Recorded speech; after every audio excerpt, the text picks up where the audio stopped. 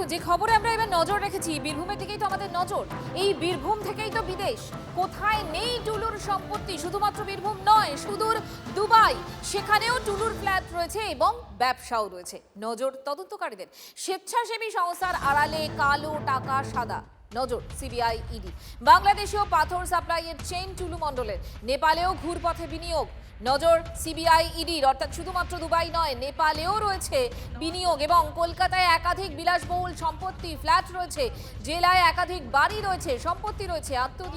আত্মীয়দের সম্পত্তি হঠাৎ করেই কয়েক গুণ কিভাবে? ইতিমধ্যে এই প্রশ্ন উঠতে শুরু করেছে। অর্থাৎ শুধুমাত্র বীরভূম নয়, টুলু মণ্ডলের সম্পত্তি বিদেশেও রয়েছে। দুবাইয়ে যোগ রয়েছে, ফ্ল্যাট, ব্যবসা সেখানে রয়েছে টুলুর। নজর তদন্তকারীদের।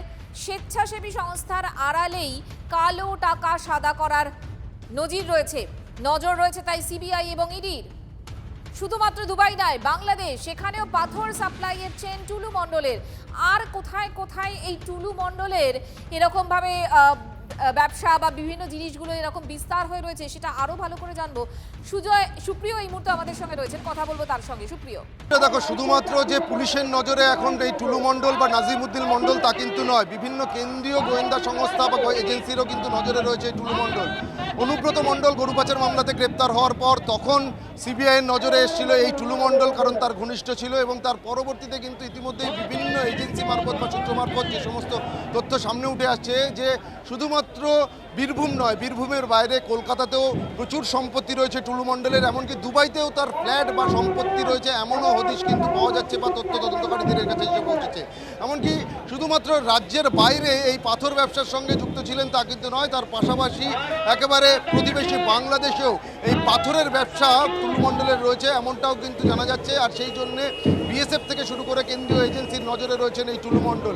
টুলু মণ্ডলের এই বেআইনি বা এই যে বিভিন্ন যে ব্যবসা, যে সমস্ত ব্যবসার মাধ্যমে তার কোটি কোটি টাকার সম্পত্তি, সেই সমস্ত সম্পত্তি তৈরি হওয়ার পেছনে এই এত বছর ধরে কোনোরকম কোনো নজরদারি কেন ছিল না, কিভাবে তৈরি হলো, আর কাদের কাদের যোগসূত্র রয়েছে, এগুলোই কিন্তু এখন খতিয়ে দেখা হচ্ছে। আর সেই জায়গা থেকে শুধুমাত্র পুলিশ নয়, জেলা পুলিশ নয়, অন্যান্য বিভিন্ন কেন্দ্রীয় এজেন্সির নজরেও কিন্তু রয়েছেন এই টুলু মণ্ডল, এমনকি তার সম্পত্তি।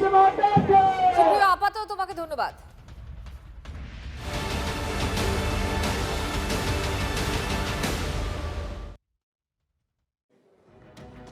ছাপাখানা তৈরি হয়েছিল এবং ছাপাখানা তৈরি হয়ে সরকারি জাল ডিসিআর ছাপিয়ে এই সমস্ত টাকার পাহাড় কিভাবে হয়েছে।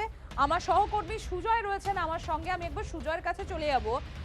সুজয়, এই যে ডিসিআর সেখানে নকল করা হচ্ছে, অর্থাৎ ডিসিআরটাই নকল, ডিসিআরটাই জাল, এবং যে কারণে আলাদা করে একটা গোটা ছাপাখানাই তৈরি করে ফেলেছিল এই টুলু মণ্ডল। দেখো, ডুপ্লিকেট কার্বন রিসিপ্ট বুক অর্থাৎ ডিসিআর, এই জিনিসটা এতটাই মূল্যবান যে এটাকে জাল করলে কয়েক হাজার কোটি টাকার বা কয়েক হাজার কোটি টাকার সম্পত্তির মালিক হওয়া যেতে পারে। এই মূল মন্ত্রটা বুঝেছিলেন এই টুলু মণ্ডল। যেমনটা আমার সহকর্মী তন্ময় প্রামাণিক বলছিল, সেই বুদ্ধিটা টুলু মণ্ডলকে দিয়েছিল এই জেলাতেই কর্মরত একজন ইন্সপেক্টর, তার পাশাপাশি অনুব্রত মণ্ডল ছিলেন এবং আরও একজন রাজনৈতিক প্রভাবশালী নেতা। তাদের বুদ্ধিতে, তাদের ইন্ধনে, তাদের পৃষ্ঠপোষকতায় এই ডিসিআর বুকই সম্পূর্ণ বদলে দেয় এই টুলু মণ্ডলের ভাগ্যকে এবং কয়েক বছরের মধ্যে কয়েক হাজার কোটি টাকার মালিক হয়ে ওঠে। কেন এই ডিসিআর বুক থেকে জীবন বদলে গেল? তার কারণ এই যে কোনো খাদান থেকে যখন পাথরের বড় চাইগুলি নিয়ে আসা হয়, যখন সেটা ক্রাশারে আসে, সেই ক্রাশারে ভাঙার পর যখন ডাম্পারে করে চলে আসে টোল গেটে, এই 8টি টোল গেট শেষ কয়েক বছরে এই টুলু মণ্ডলে নিয়ন্ত্রিত ছিল। আর সেখান থেকে লরি পার হতে গেলেই দরকার হয় ডিসিআর বুক, যেটা সম্পূর্ণভাবে জাল করলে সরকারের রাজস্ব ফাঁকি দিয়ে পুরোটা নিজস্ব কোষাগারে ভরা যেতে পারে। আর টুলু মণ্ডল সেই কাজটাই করেছিল গত কয়েক বছরে এবং তার এই জাল ডিসিআরের এত চাহিদা ছিল যে সে নিজস্ব একটা ছাপাখানা তৈরি করেছিল। আর এই খবর এবার পুলিশের কাছে পৌঁছেছে। সেই পৌঁছানোর পরেই এখন ঠিক আমার পেছনে যে জায়গাটি দেখা যাচ্ছে, 300-400 একরের একটি জায়গা, সেখানে ছাপাখানা ছিল এই টুলু মণ্ডলের। সেই ছাপাখানা এই মুহূর্তে পুলিশ তল্লাশি চালাচ্ছে, তার কারণ সেই ছাপা মেশিনটাকে বাজেয়াপ্ত করা এবং সেই ছাপা মেশিনটাতে কবে থেকে চলছে এই সমস্ত বেআইনি কারবার, সেই বিষয়গুলিতে তারা নজর রাখছেন এবং নথি সংগ্রহের প্রয়োজনে তারা এসছেন। এই ডিসিআরকে জাল করেই পুরো রাজস্ব চুরি করা, রাজস্ব ঘাটতি, রাজস্ব যেটা সরকারের কাছে যাওয়ার কথা ছিল পুরোটা ঘুরিয়ে নিজেদের অ্যাকাউন্টে নিয়ে এসেছিল টুলু মণ্ডল, যার ভাগ একসময় পুলিশ প্রশাসন পেত, অনুব্রত মণ্ডলরা পেয়েছে, এবং আরও সর্বত্র যেখানে যেখানে সম্ভব সেখানে সেখানে এই ডিসিআরকে জাল করে তৈরি করা হচ্ছে।